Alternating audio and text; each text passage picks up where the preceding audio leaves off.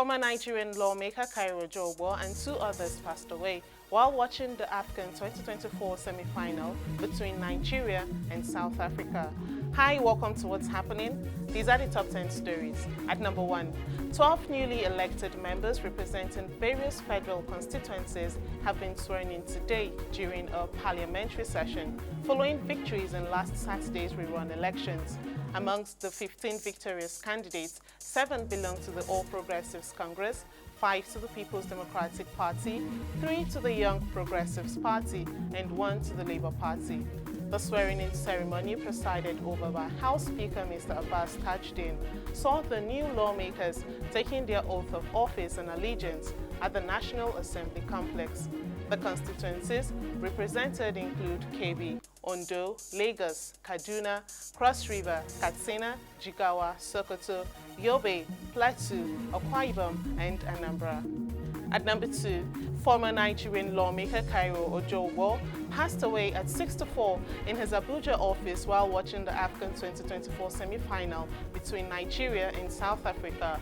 His death occurred after a penalty was awarded to South Africa, though Nigeria eventually won. Condolences poured in from political figures including President Bola Ahmed Tinubu and former Vice President Atiku Abubakar, who praised Ojougboh's patriotism. Similarly, a National Youth Service Corps member from Kaduna State and a deputy bursar of Plateau State University also died during the match penalty shootout. At number 3, a bill proposing the establishment of a price control board to regulate essential commodity prices has passed its first reading at the Niger House of Assembly.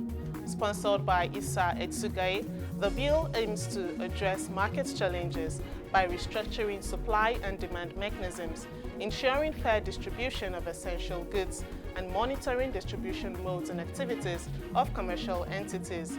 The proposed board would monitor price movements, submit reports to the governor on market situations, and maintain continuous surveillance on prices. At number 4, Plateau State Governor Caleb Mutfwang has appointed Professor Shadrach Best as the new Vice Chancellor of Plateau State University in Bokos, following the recent removal of Professor Bernard Matur and 4 other heads of state-owned tertiary institutions. The appointments, effective immediately, also include Dr. Clement Chairman as Rector of Plateau State Polytechnic, Barkin Ladi, and Dr. Lazarus Megoro as the new Provost of the College of Education, Jindiri. The move has faced criticism from the Butura host community, who condemned the removal of Professor Matur, describing it as illegal and against the university's growth, saying due process was not followed in the decision. At number 5, the Inspector General of Police, IGP Kayode Ebetokun, has praised Superintendent Rilwan Kasumu and his police tactical team attached to Area K, Maboro, Lagos State Command for refusing a 4 million bribe during a drug peddling investigation. The team arrested Esther Newman Obekeze at number 6 Mojirade Street, Ilobo, Lagos, seizing a significant quantity of the drug, ice, and AK-47 live ammunition. During the probe, Akete Esther and Oke Okebalam of Ajemwadi, Lagos, attempted to bribe the police with 4 million naira to release the drug peddler, leading to their arrest. At number 6, the Abia State High Court in Umuahia has adjourned a 1.5 billion naira defamation suit filed by former Governor Theodore Orji against All Progressives Congress chieftain Prince Benjamin Abugo. The trial judge, Justice A.O. Chijioke, sets the next hearing for February 16th after the defendant, who was absent, failed to have legal representation. The judge ordered the defendant's appearance on the adjourned date, stating that the trial will proceed regardless. Orji's lawyer, Chief Henry Balogu, revealed that the lawsuit was prompted by false and malicious remarks made by Abugo, accusing Orji of looting the Abia treasury during his tenure as Chief of Staff and Governor. At number 7, the Nigeria Union of Pensioners President, Godwin Abumisi, expressed dismay over the non-inclusion of their members in the newly constituted minimum wage tripartite committee. Abumisi highlighted the dire situation faced by pensioners, with members experiencing casualties due to the harsh economic conditions. The president threatened a nude protest in Abuja if the federal government fails to include pensioners in the committee, highlighting the need for their representation in negotiations affecting their welfare, considering the importance of their voice in addressing concerns of retired workers.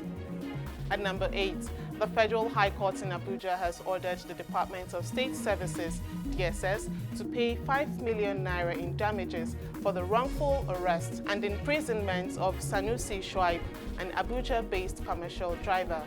The presiding judge, Justice Mobolaji Olajuwon, declared the driver's prolonged incarceration without trial as a clear violation of Section 35 of the Nigerian Constitution, which limits detention without judicial authority to 48 hours.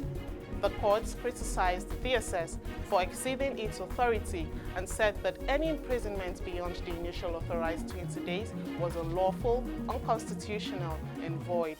Shuaib, who was arrested on allegations of possessing weapons for terrorists, demanded not only his release, but also 50 million naira in damages for rights violations. At number 9, the Economic Community of West African States, ECOWAS, held emergency talks on Thursday on the political crisis in Senegal, where President Macky Sall postponed elections just a week after Burkina Faso, Mali, and Niger declared their departure from the bloc. ECOWAS Commission President Omar Aliou Touare describes the situation as the most challenging time and reiterated the need for unity. Senegal's foreign and defense ministers attended the session, but representatives from Burkina Faso, Mali, Niger, and Guinea, suspended from ECOWAS following coup, were absent. Finally, at number 10, Israeli Prime Minister Benjamin Netanyahu has rejected Hamas' proposed ceasefire terms, stating that total victory in Gaza is achievable within months. This comes after Hamas laid out a series of demands in response to an Israel-backed ceasefire. Netanyahu described the negotiations with Hamas as not going anywhere and referred to their terms as delusional. Despite this, talks are continuing with a new round of negotiations expected to take place in Cairo. That's all for today. See you next time on What's Happening.